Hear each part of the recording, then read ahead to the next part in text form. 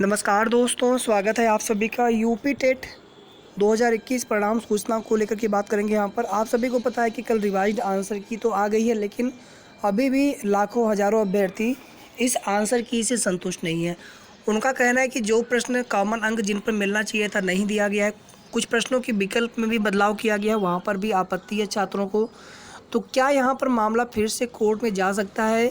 हालांकि आज जो है रिजल्ट लगभग 1 से 1:30 या 2 बजे तक जारी कर दिया जाएगा, और किन प्रश्नों पर कॉमन अंक मिले हैं या किन प्रश्नों के उत्तर विकल्प में बदलाव किया गया है। साथ ही साथ यहाँ पर सुपर टेट 2022 नोटिफिकेशन कब तक जारी हो सकते हैं, कितने पदों पर भर्ती का विज्ञापन आ सकता है।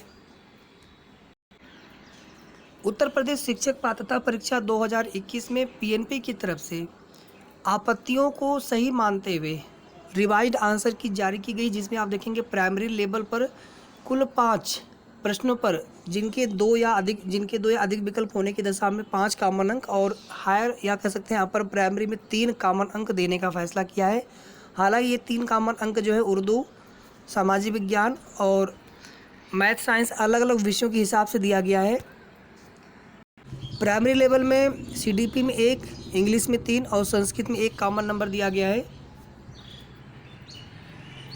तो जितने प्रश्नों पर भी स्टार लगा है आपकी रिवाइज्ड आंसर की पर, उन सभी प्रश्नों पर कॉमन अंक आपको दिए जाएंगे। लेकिन ध्यान रहे साथियों, जिन छात्रों के या जिन अभ्यर्थियों के आप में से उन प्रश्नों पर आपको सही यानी उस प्रश्नों पे आपने अंक जोड़े थे, वो प्रश्न आपके सही थे जो पहले की आंसर की थी ऑफिशियल, तो अब जो है रिवाइज्ड आंसर की में उन प्रश्नों पर कॉमन अंक मिलने की दिशा में आपको जो है कॉमन अंक का फ़ायदा नहीं मिलेगा। जिन लोगों ने उन प्रश्नों को या तो गलत किया था या फिर अटेम्प्ट नहीं किया था, केवल उनको ही कॉमन अंक मिलेंगे। यही वजह है दोस्तों कि बहुत सारे साथियों को 1 या 2 या 3 या 4 कॉमन नंबर ही मिले हैं, जबकि बहुत सारे साथियों को 5 कॉमन नंबर यानी पाँचों प्रश्न उनके गलत होने की दिशा में पाँचों ही कॉमन नंबर उनको प्राप्त हुए हैं। आज जो है यूपी टेट का परिणाम भी जारी कर दिया जाएगा। प्राथमिक स्तर की टेट में मनोविज्ञान के पहले अंग्रेजी के प्रश्न संख्या 61, 64 और 69 को गलत माना गया है, वही संस्कृत का प्रश्न संख्या 64 गलत माना गया है। उच्च प्राथमिक में उर्दू के प्रश्न संख्या 68, विज्ञान वर्ग के प्रश्न संख्या 137 और सामाजिक वर्ग के प्रश्न संख्या 119 को गलत माना गया है। तो सभी चयनित साथियों को बहुत बहुत बधाई, सभी सफल हुए अभ्यर्थियों को। हालांकि आज रिजल्ट आने के बाद जो है अंतिम रूप से मार्कशीट आपको मिल जाएगी, उसके बाद अंतिम रूप से ये क्लियर हो जाएगा कितने यूपी टेट में कितने अंक से आप लोग क्वालिफाइड हो रहे हैं, कितने अंक से आप लोग पास हो रहे हैं, कितने स्कोर आप सभी ने किए हैं। और कुछ प्रश्नों के उत्तर विकल्पों में बदलाव भी किया गया है।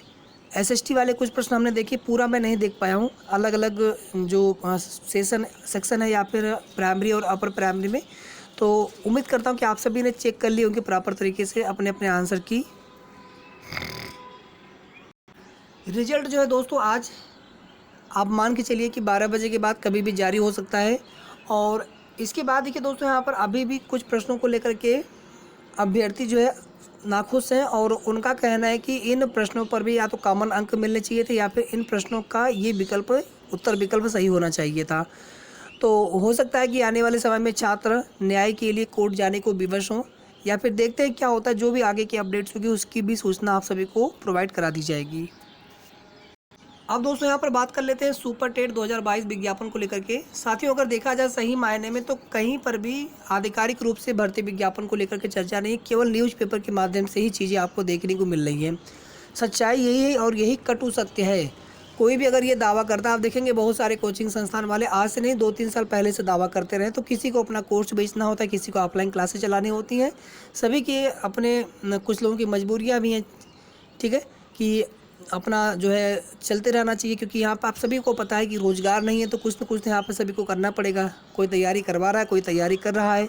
सरकार को आप देखेंगे रोज़गार के मुद्दे पर कल विपक्ष के नेता के द्वारा या कह सकते हैं अखिलेश यादव जी के द्वारा जो है घेरा गया, और जितने भी रिक्तियां हैं प्रदेश के अंदर, सभी रिक्तियों को भरने के लिए छात्रों का पक्ष लेते हुए उन्होंने जोरदार तरीके से मुद्दे को उठाया।